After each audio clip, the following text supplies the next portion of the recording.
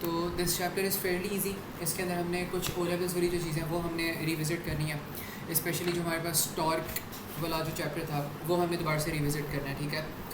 तो we word revisit torque को हमने देखना है, बट अब इसके अंदर ना थोड़ा सा हमने एएस लेवल के अंदर इसको थोड़ा सा चेंज करके देखना है। मतलब पहले हम क्या करते थे, हम टॉर्क निकालते थे, आराम से हम निकाल लेते थे, परपेंडिकुलर लाइंस आ रही होती थी, एक डिस्टेंस होता था, एक फोर्स होती थी, force into distance gives us the torque या मोमेंट हमें उससे मिल जाता है, ठीक है। तो इस तरह होता था, तो इट वाज़ ईजी। बट अब यहाँ पे क्या होता है, अब हमारे पास रेजोल्यूशन ऑफ वेक्टर्स भी आ गए हैं। अब आपके जो वेक्टर्स होते हैं, वेक्टर्स आपके कोई वेक्टर इधर जा रहा है, कोई वेक्टर उधर जा रहा है, तो वेक्टर्स को आपको रिजॉल्व करना पड़ता है। फिर रिजॉल्व करने के बाद आप एक प्रॉपर फोर्स की परपेंडिकुलर लाइन फाइंड करते हो, फिर उस फोर्स की लाइन से आप क्या करते हो, आप अपना मोमेंट फाइंड करते हो। तो ये यहाँ पे ना एडिशनल सा एक स्टेप होता है। But first we would revisit some things that we did in our O levels. तो इसमें जो सबसे पहली चीज़ हमारे पास आती है वो हमारे पास, we all know what forces, ठीक है। हम सबसे पहले यहाँ पे जाएंगे on what's a moment.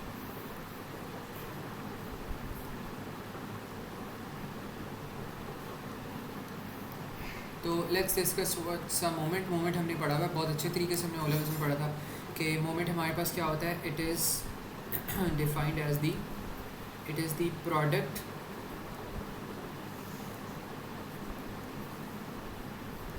of force and the perpendicular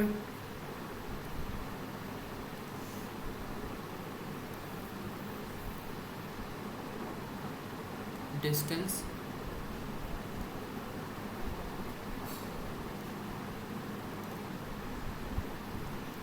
from the pivot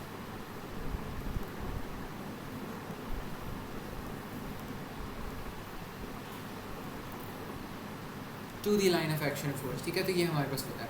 तो यहाँ पे हम कह सकते हैं कि it's the product of force and the perpendicular distance, and the perpendicular distance, और कहाँ से कहाँ तक का perpendicular distance, from the pivot to the line of action of force. अब हमने बहुत डिटेल में देखी थी कि हमारे पास line of action of force क्या होती है। जो भी हमारे पास फोर्स हो, फोर्स की जो हमारे पास लाइन होती है ना, उसको हम कहते हैं line of action of force, ठीक है। और perpendicular 90 degrees angle, pivot supporting जो हमारे पास चीज़ होती है, फोर्स होती है, हमें पता क्या होती है फोर्स, ठीक है। तो लेट्स सपोज यहाँ पे हमने लास्ट टाइम अराउंड एग्जांपल देखी थी एक सी सॉ की, ठीक है। This was our seesaw. इसके बीच में हमारे पास let's suppose there is a pivot, ठीक है। ये हमारे पास यहाँ पे आके ना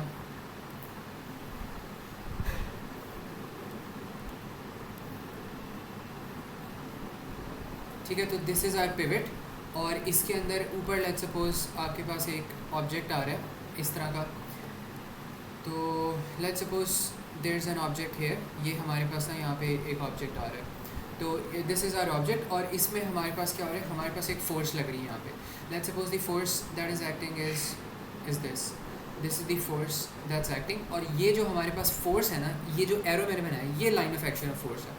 और परपेंडिकुलर डिस्टेंस फ्रॉम पिवट क्या होगा, ये हो जाएगा, यहाँ से स्टार्ट होगा from pivot to line of action of force. इस लाइन तक जो डिस्टेंस जा रहा है वो हमारे पास हो जाएगा line of action of force, ठीक है। तो इसको हम कह देते हैं, ये हमारे पास है 2 मीटर्स और ये हमारे पास है 5 न्यूटन्स, ठीक है। तो ये हमारे पास क्लासिक एक सीसॉ की पिवट वाली एग्जांपल बन गया। और ये जो मैंने ट्राइंगल से यहाँ पे शेप बनाई है, we all know what's this is our pivot,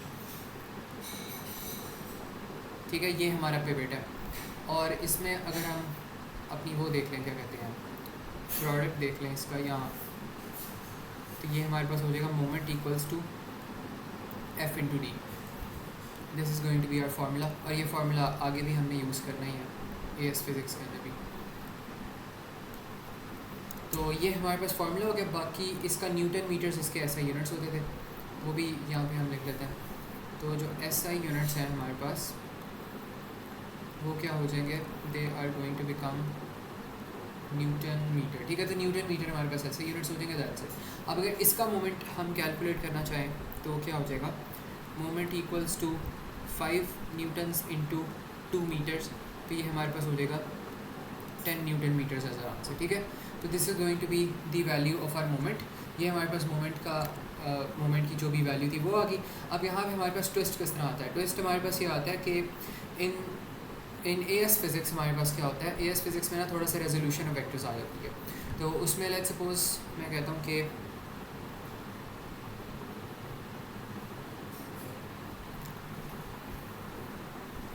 आपके पास यहाँ पे करके इस तरह करके ना एक फोर्स आ रही है, और पिवट को मैं कह देता हूँ कि सेंटर में ना यहाँ पे हम पिवट कहीं कर लेते हैं फिट। ये हमारे पास कोई चीज़ है, दिस कैन बी एनीथिंग, ठीक है। और जो हमारा पिवट है वो हम कह देते हैं कि दिस इज़ आवर पिवट। अच्छा, और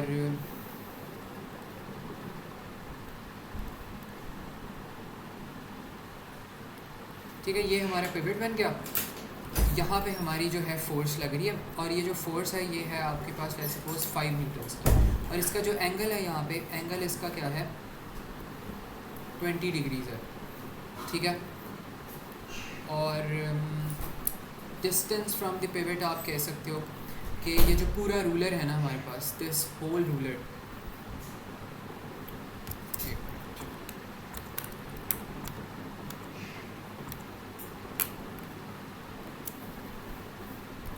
आप कह दो यहाँ से लेके यहाँ तक जो आपके पास डिस्टेंस आ रहा है ना, let's suppose this is 5 metres, और यहाँ से लेके यहाँ तक जो डिस्टेंस आ रहा है ये भी आपके पास क्या है 5 मीटर्स है। अभी खैर इसको वैसे इग्नोर करो, और हमने क्या करना है, हमने इसका ना मोमेंट जो है उसकी हमने कैलकुलेशन करनी है। तो in order to calculate moment here, formula तो हमारे पास वही रहेगा, फोर्स इनटू डिस्टेंस। लेकिन अगर हम डायरेक्टली 5 को d से मल्टीप्लाई करते हैं, मतलब अगर 5 को हम 5 से मल्टीप्लाई करते हैं तो हमारे पास एक इशू आ जाएगा। इशू ये आएगा कि अभी जो हमारे पास वेक्टर एग्जिस्ट कर रहा है वो रिजॉल्व हो रहा है, वेक्टर एक 20 डिग्रीज एंगल पे रिजॉल्व हो रहा है। हमारे पास परपेंडिकुलर वाली जो प्रॉपर्टी है ना वो हमारे पास वेरीफाई नहीं होगी। तो हमने क्या करना है, हमने इसको रिजॉल्व करना है। रिजॉल्व हम किस तरह करेंगे, हम इसको रिजॉल्व कर लेंगे इस तरह परपेंडिकुलरली, ताकि ये 90 डिग्रीज़ का एंगल बनाए विद दिस डिस्टेंस, ठीक है। तो इस तरह करके हम रिजॉल्व कर लेंगे, और ये हमारे पास बन जाएगा 5 sin 20 बन जाएगा, as we have seen from our previous chapters, ठीक है। तो ये हम इस तरह कर सकते हैं। अब इसमें एक कन्फ्यूजन आती है बच्चों को, ठीक है। अब नॉर्मली जब भी हम बना रहे होते हैं इस तरह का ट्राइंगल हमारे पास हो, let's suppose this is our triangle, और जब भी इस तरह का ट्राइंगल हो और हमने यहाँ पे f हो, तो हमारे पास जो f sin थीटा आता है हम हमेशा यहाँ पे बनाते हैं, बट ये एक ना इल्यूजन है। अब ये इल्यूजन के सेंस में है, इन रियलिटी हमारे पास जो बन रहा होता है ना, ये मैं थोड़ा सा साइड पे लिख भी देता हूँ ताकि पता हो, हमारे पास यहाँ पे हम बनाते हैं, ठीक है। But this is an illusion, ठीक है। इल्यूजन हम खुद बनाते हैं अपने लिए ताकि हमें ना डायग्राम विजुलाइज करने में आसानी हो। लेकिन इन रियलिटी अगर आपके पास इसी तरह का कोई शेप आ रही है ना और उसका एंगल यहाँ पे है थीटा, तो इन रियलिटी क्या होता है, इन रियलिटी आपका जो एंगल होता है ना वो असल में यहाँ पे बन रहा होता है, इस साइड में बन रहा होता है। एक मिनट,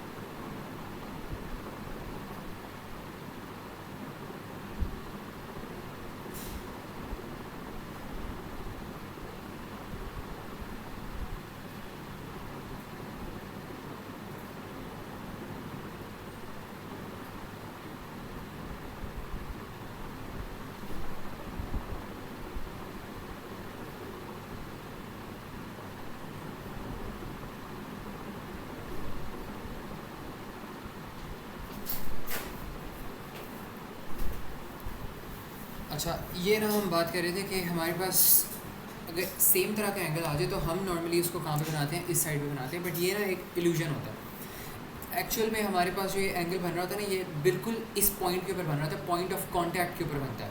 मतलब यहाँ पे आपके पास ये जो एफ़ वाली लाइन है, एफ़ कहाँ से स्टार्ट हो रही है, एफ़ इस पॉइंट से आपका ना स्टार्ट हो रहा है एफ़। तो अगर आपने यहाँ से कॉस बनाना है तो कॉस भी आप इस पॉइंट से स्टार्ट करोगे, लेकिन कॉस तो आपका हमेशा इस साइड पे जाता है, तो उसका कोई मसला नहीं है। साइन का मसला आता है, तो साइन भी इन रियलिटी आपका ना इसी पॉइंट से स्टार्ट होगा, इनिशिएट इसी पॉइंट से होगा, ठीक है। तो इस तरह करके ना हमें इसको यहाँ पे बनाना चाहिए, and this is in reality correct. ये जो मैंने सेकंड यहाँ पे डायग्राम बनाई है ये करेक्ट है, लेकिन हर जगह मैं भी इस तरह कर रहा हूँ, इसी तरह मैं बना रहा हूँ, बिकॉज इस तरह इमेजिन करना आसान होता है, ठीक है। तो that's why we make it like that, और इस वजह से मोस्ट जो टीचर्स होते हैं वो ऐसे इसको बनाते हैं, लेकिन इन रियलिटी यहाँ पे पॉइंट बन रहा था। अभी मैं इसलिए बता रहा हूँ क्योंकि अक्सर जो क्वेश्चंस होते हैं उसमें ना कन्फ्यूजन हो जाती होती है रिगार्डिंग दिस। तो ये इल्यूजन है and this is a real implementation. तो ये इंपॉर्टेंट सी एक चीज़ थी जो कि हमें पता होनी चाहिए, अक्सर कन्फ्यूजन होती थी। अब ये कन्फ्यूज़ करती किस तरह मैं बताता हूँ।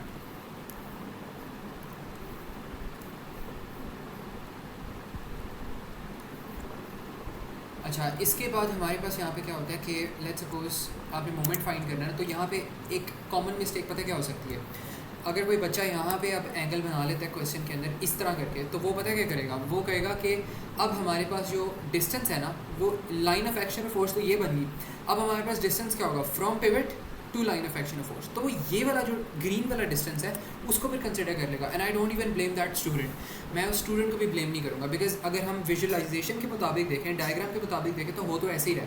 हमारे पास ऑरेंज जो लाइन है वो नहीं, हमारे पास line of action of force है, और पिवट से लेके ऑरेंज लाइन तक हमारी जो लाइन बन रही है ना ग्रीन कलर की, वो हमारे पास है डिस्टेंस बन रहा है, perpendicular distance from the pivot. लेकिन इन रियलिटी ऐसा नहीं हो रहा, बिकॉज मैंने बताया ये वाली जो चीज़ है दिस इज़ एन इल्यूजन। तो जब इस तरह पिवट के क्वेश्चन आ रहे हैं ना, तो आई रिकमेंड कि instead of doing it like this, इसको ना आप जो भी इस तरह ये बनता है इसको आप इस साइड पे बना लो फॉर योर बेटरमेंट, क्योंकि हो सकता है एग्जाम में मसला हो जाए। तो यहाँ पे इसको यहाँ पे बनाओ और ये आपके पास बन जाएगा 5 sin 20 बन जाएगा, ठीक है।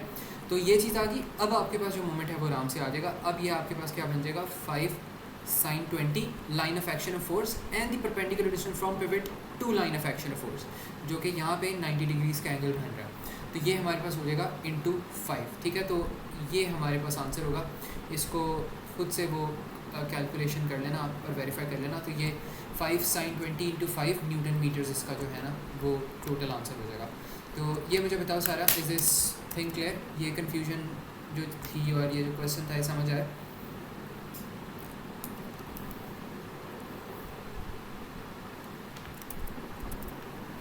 ठीक है। तो ये बस हमारे पास यहाँ पे चीज़ होती है। यहाँ पे मैंने लिख देता हूँ यस फिज़िक्स, और ये हमारे पास था ओ लेवल फिज़िक्स, ठीक है। तो ये चीज़ हमने कर ली। अब इसके बाद हमने एक और चीज़ देखी थी, डायरेक्शन। यहाँ हमने लेट्स सपोज देखा था इक्विलिब्रियम। अभी मैं इसमें इतना डिटेल नहीं इसको पढ़ाऊँगा, बिकॉज हमने ओ लेवल्स में बहुत अच्छे तरीके से इसको देखा था। तो हम छोटे छोटे से इसके पॉइंट्स करेंगे, फिर हम करेंगे इक्विलिब्रियम में होता क्या है। इक्विलिब्रियम में जब आपके पास होता है ना a body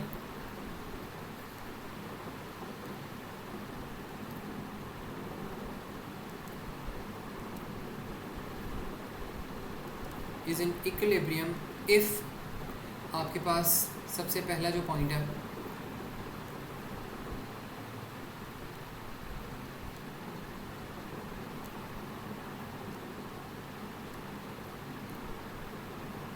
resultant force is 0, and then आपके पास जो एंटी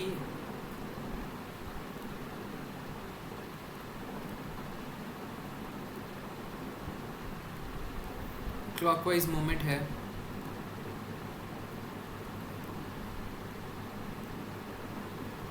वो इक्वल्स टू हो जाएगा क्लॉकवाइज मूवमेंट की, ठीक है। तो ये दो कंडीशंस होती हैं that you need to verify, और ये हमने मतलब पढ़ी भी थी। अब इसके अंदर बस एक चीज़ इंपॉर्टेंट आती थी, वो ये आती थी कि आपने एंटी क्लॉकवाइज और क्लॉकवाइज मूवमेंट फाइंड आउट कैसे करना है। तो let's suppose this is your pivot, और यहाँ पर आपके पास आ रहा है एक बॉक्स ये। अब इसके ऊपर अगर फोर्स लग रही है नीचे को, तो आपने फाइंड आउट करना है क्या ये फोर्स आपके पास क्लॉकवाइज मूवमेंट प्रोड्यूस करें एंटी क्लॉकवाइज। तो व्हाट डिड वी डू, हम क्या करते थे, थोड़ा सा हम इसको इसी की डायरेक्शन में एक्सटेंड करते थे, एंड देन इमीडिएटली हम इसको पिवट की डायरेक्शन में सर्कुलरली ऐसे करके एक्सटेंड करते थे। तो इसकी डायरेक्शन क्या बन गई, ये बन गया मेरे पास एंटी क्लॉकवाइज। और इसी तरह अगर मैं यहाँ पे इसको रख दूँ और अब मैं इसको इस तरह करूँ, तो इसको भी मैं डायरेक्टली नीचे एक्सटेंड करूँगा, एंड देन इमीडिएटली मैं इसको पिवट की डायरेक्शन में करूँगा। पिवट यहाँ पर, तो मैंने इसको यहाँ पे मूवमेंट करवाई और सर्कल में मैं इसको कन्वर्ट कर दिया, तो ये मेरे पास बन गया क्लॉकवाइज, ठीक है। ऐसे हो गया। अब अगर एक और हमने यहाँ पे साथ ही डायरेक्शन देखनी है तो उसको भी हम देखते हैं। लेट्स सपोज एक और आपके पास ये है। अब हम थोड़ा सा ट्विस्ट यहाँ पे लाते हैं। आपके पास ये ऑब्जेक्ट है, ये ऑब्जेक्ट है, बट अब आपके पास जो फोर्सेज हैं वो ऊपर लग रही हैं। वैसे तो इम्पॉसिबल है ऊपर लगे, लेकिन स्टिल हम देख रहे हैं। तो इसको आपने क्या करना है, डायरेक्शन फाइंड करनी है इस फोर्स की, तो अपनी ही डायरेक्शन में एक्सटेंड करो and then almost immediately pivot की तरफ सर्कुलरली मोड़ दो। तो ये क्या बन जाएगा, ये बन जाएगा एंटी क्लॉकवाइज। इसी तरह अगर इसको देखो तो अपनी ही डायरेक्शन में एक्सटेंड करो and then almost immediately pivot की डायरेक्शन में इस तरह घुमा दो। तो ये आपके पास क्या बन जाएगा, एंटी क्लॉकवाइज। ये भी एंटी क्लॉकवाइज बन रहा है, ये क्लॉकवाइज है, दिस इज़ क्लॉकवाइज, ठीक है। ये क्लॉकवाइज था हमारे पास, ये इस तरह करके चल रहा है ना क्लॉक के हिसाब से, तो ये हमारे पास है एंटी क्लॉकवाइज, ठीक है। क्लॉक चलता किस तरह है, क्लॉक आपके पास, ये आपके पास क्लॉक है, ये क्लॉक होती है एंड देन क्लॉक किस तरह मूव करती है, ऐसे ऐसे मूव करती है, ठीक है। This is how a clock moves, ठीक है। तो ये क्लॉकवाइज ना आपके पास मोशन होती है, क्लॉकवाइज मोशन। इसको आप कह दो ये आपके पास है एंटी क्लॉकवाइज, ये आपके पास है क्लॉकवाइज। तो ये मुझे बताओ सारा, इज दिस क्लियर? ये चीज़ें समझ आती हैं, डायरेक्शन हमने किस तरह फाइंड करनी है, आइडेंटिफाई किस तरह करना है कि क्लॉकवाइज मूवमेंट है या एंटी क्लॉकवाइज मूवमेंट है, ठीक है। ये चीज़ हो गया हमारे पास। इसके बाद फार्मूला बस यहाँ पर आता है, फार्मूला तो हमें पता क्या करना है, ठीक है। एंटी क्लॉकवाइज मूवमेंट जितने आ रहे हैं उनके मूवमेंट्स ऐड कर लो एंड देन क्लॉकवाइज मूवमेंट जितने उनके मूवमेंट्स आ रहे हैं वो ऐड कर लो। तो ये अगर मैं इसको डिनोट भी करूँ ना, तो ये आपके पास, लेट्स सपोज आपके पास बन जाएगा, आप कह लो कि F1 D1 plus F2 D2 and then Fn Dn equals to F1 D1 plus F2 D2 plus Fn Dn, ठीक है। तो ये हमारे पास ना इसका वो बन जाएगा फार्मूला, इसका हमारे पास ये बन जाएगा। Fn Dn का मतलब ये है कि जितने मर्जी आ सकते हैं। अगर आपके पास 3 आ रहे हैं तो n की वैल्यू यहाँ पर हो जाएगी 3। अगर आपके पास मैक्सिमम 10 क्लॉकवाइज मूवमेंट आ रहे हैं तो यहाँ पे मैक्सिमम वैल्यू हो जाएगी 10। तो इसलिए मैंने ना यहाँ पे n से डिनोट किया, but if you don't understand this formula then कोई मसला नहीं है, क्वेश्चन आसान ही होते हैं। जिस तरह हमने O लेवल्स में किए थे वैसे ही क्वेश्चन था, ठीक है। ये मैंने वैसे ही लिखा, O लेवल्स में मेरे ख्याल में मैंने फार्मूला नहीं लिखवाया था। तो ये चीज़ होगी हमारे पास। इसके बाद ना हमारे पास कुछ बल्कि क्वेश्चन देख लेते पहले।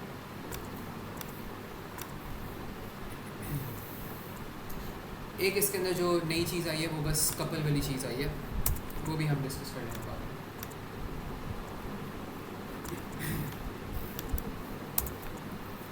अच्छा, ये एक हमारे पास है यहाँ पे चीज़ है, एक ये क्वेश्चन है स्पैनर से रिलेटेड। ये बहुत आसान क्वेश्चन है, ये O लेवल्स में क्वेश्चन दे दो और बच्चे आराम से इसको कर लें तभी। तो यहाँ पे हमारे पास क्या हो रहा है, ये हमारे पास ना पिवट है, दिस इज़ आवर पिवट, ठीक है। तो दिस इज़ आवर पिवट और ये हमारे पास फोर्स है and then from the pivot to line of action of force 0.25 distance, और परपेंडिकुलर भी है तो प्रॉपर्टी पूरी हो रही है। तो यहाँ पे जो हमारे पास मोमेंट है वो हमारे पास क्या आ जाएगा, moment is going to be 200 newtons into 0.25 metres, ठीक है। तो ये हमारे पास ना इसका यहाँ पर आंसर हो जाएगा, इसको मैंने यहाँ पे ऐसे, ठीक है। तो this is going to be our answer. अब एक और हमारे पास क्वेश्चन है वो भी देखते हैं, ये थोड़ा सा अच्छा क्वेश्चन है, बेहतर है इससे।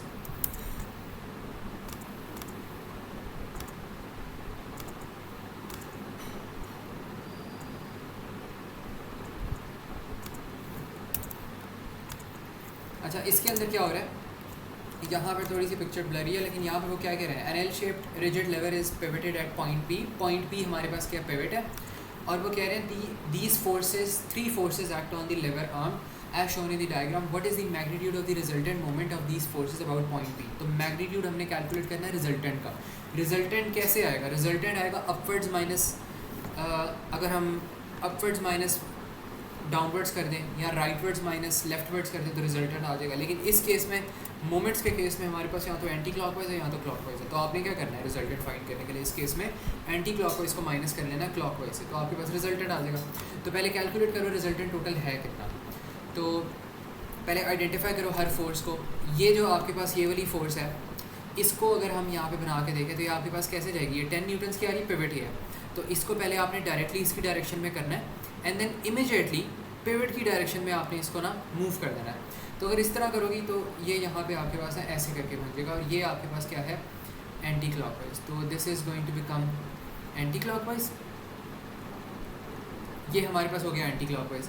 इसी तरह इस फोर्स को देखो, इसको भी हमने क्या करना है, कंटिन्यू करना है एंड देन ऑलमोस्ट पिवट की डायरेक्शन में हमने मोड़ देना है। तो ये हमारे पास क्या बन जाएगा, क्लॉकवाइज बन जाएगा। और अगर इसको हम करें तो यहाँ पर भी इसको इसकी डायरेक्शन में एक्सटेंड करो एंड देन पिवट की डायरेक्शन में इस तरह सर्कुलरली मूव कर लो, तो ये आपके पास बन जाएगा एंटी क्लॉकवाइज। तो ये एंटी क्लॉकवाइज बन गया। और बाकी तो बस यही थे हमारे पास, 3 फोर्सेज ये थी। एंटी क्लॉकवाइज को सम करो, माइनस कर दो क्लॉकवाइज से, तो आपके पास आंसर आ जाएगा। लेकिन पहले क्लॉकवाइज और एंटी क्लॉकवाइज का सम तो निकालें हम, तो फिर ही हमारे पास होगा। तो यहाँ पे हमने क्या करना है,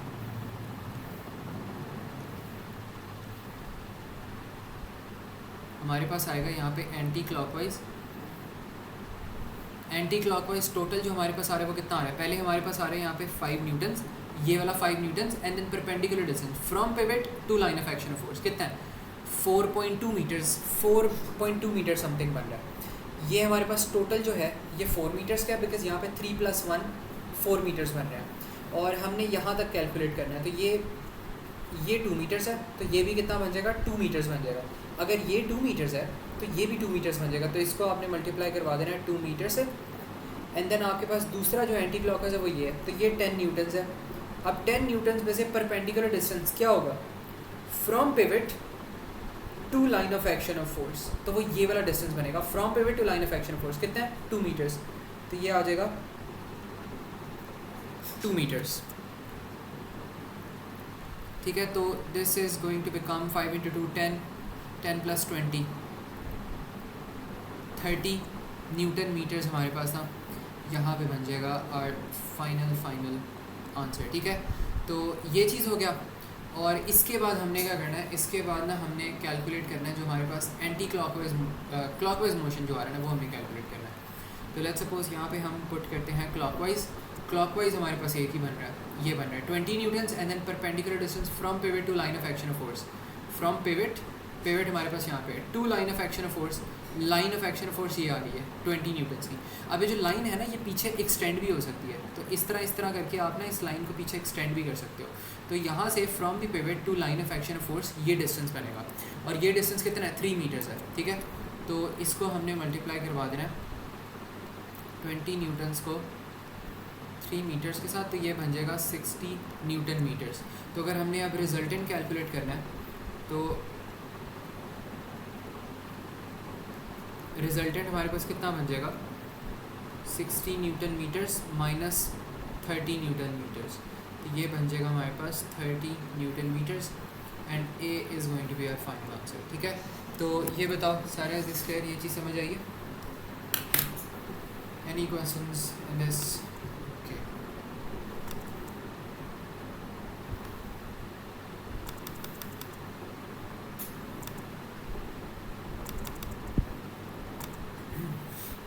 अच्छा चलो ये हो गया हमारे पास। इसके बाद ना अब हमारे पास एक और कॉन्सेप्ट आता है, and this concept is about a couple moment, couple of a moment या मोमेंट ऑफ अ कपल था।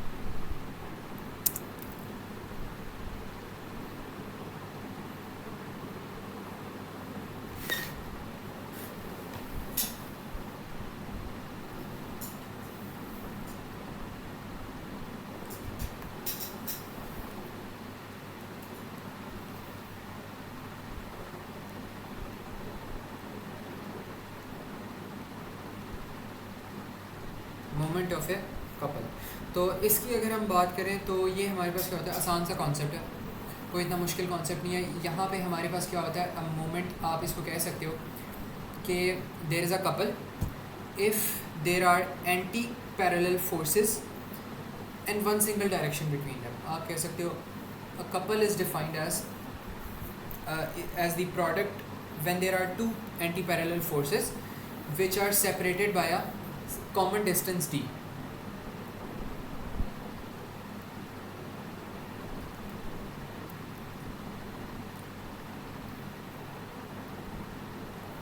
या आप कह लो moment of a couple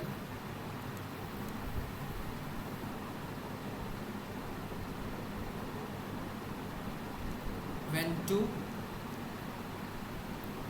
anti-parallel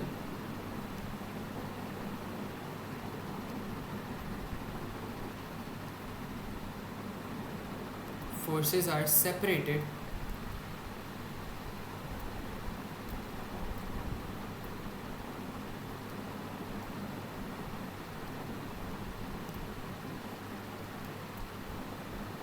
by a common distance d.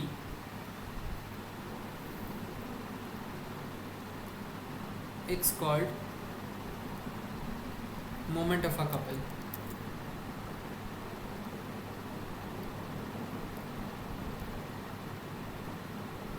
यहाँ इसकी बेहतर डेफिनेशन अगर यहाँ पे लिखना चाहो तो आप लिख सकते हो प्रोडक्ट ऑफ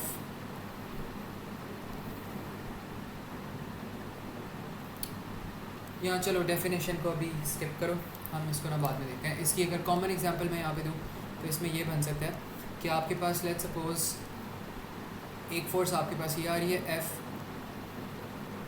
एक फोर्स आ रही है आपके पास ये F, और इनके दरमियान जो डिस्टेंस है डिस्टेंस d है, तो ये एक मोमेंट ऑफ अ कपल आएगा। और कैसे आएगा, अगर आप एक F पकड़ो और एक F को डिस्टेंस d से मल्टीप्लाई कर दो, ठीक है, तो आपके पास ना मोमेंट ऑफ अ कपल आ जाएगा। और हाँ, इसमें एक मैंने एक और बात बतानी थी, when two equal and antiparallel forces, ये भी यहाँ पे ना एक यहाँ पे वर्किंग होती है। तो यहाँ पे आप कह सकते हो व्हेन टू इक्वल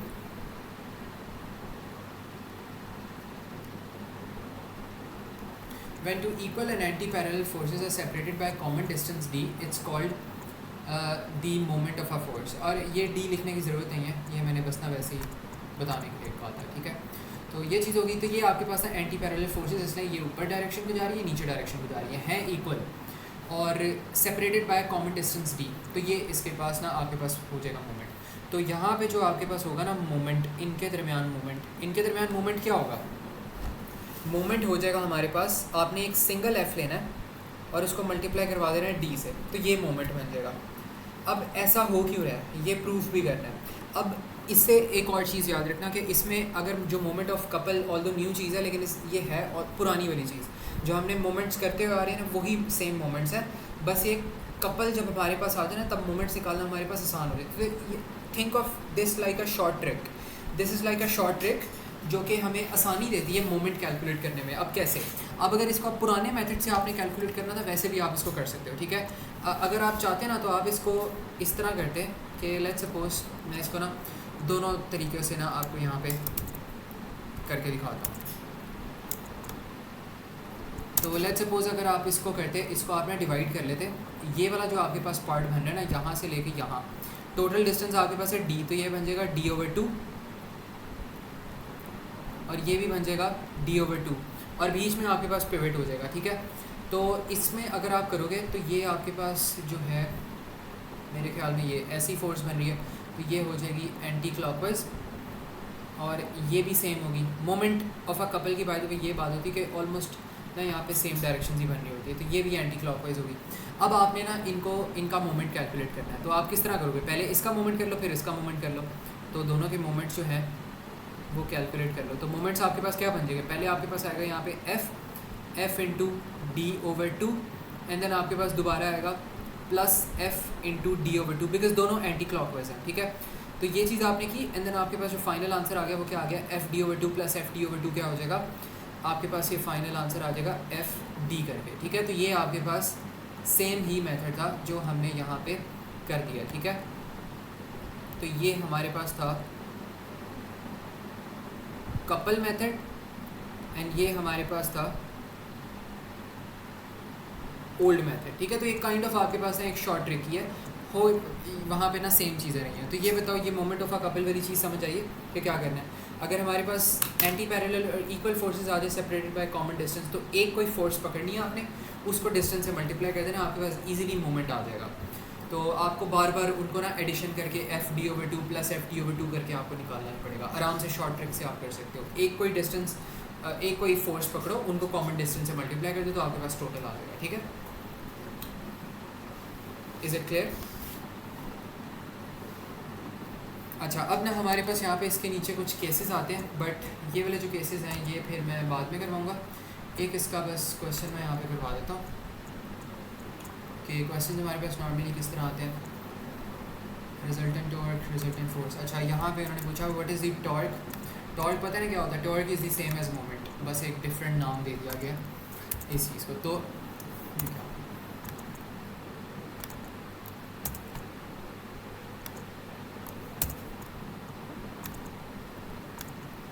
अच्छा, तो यहाँ पे अगर हम देखें ना what is the torque of the couple exerted on the beam, तो यहाँ पे हमारे पास उन्होंने एक ट्विस्ट दे दिया। हमारे पास फोर्सेस तो सेम आ रही हैं, इक्वल भी हैं, एंटी पैरेलल भी हैं, लेकिन मसला बस इतना है कि रिजॉल्व होने वाली हैं, तो हमने उनको परपेंडिकुलर करना है।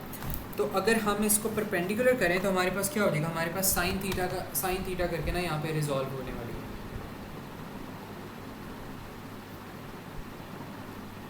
तो साइन थीटा करके हमने क्या करना है? हमने इसको ना यहाँ पे रिजॉल्व कर देना। तो if we do resolve it like sine theta, तो मैं इसको कहता हूँ, मैंने इसको थोड़ा सा यहाँ पे एक्सटेंड कर देता, तो यहाँ पे एक्सटेंड करो तो ये नीचे डायरेक्शन को जा रहा है।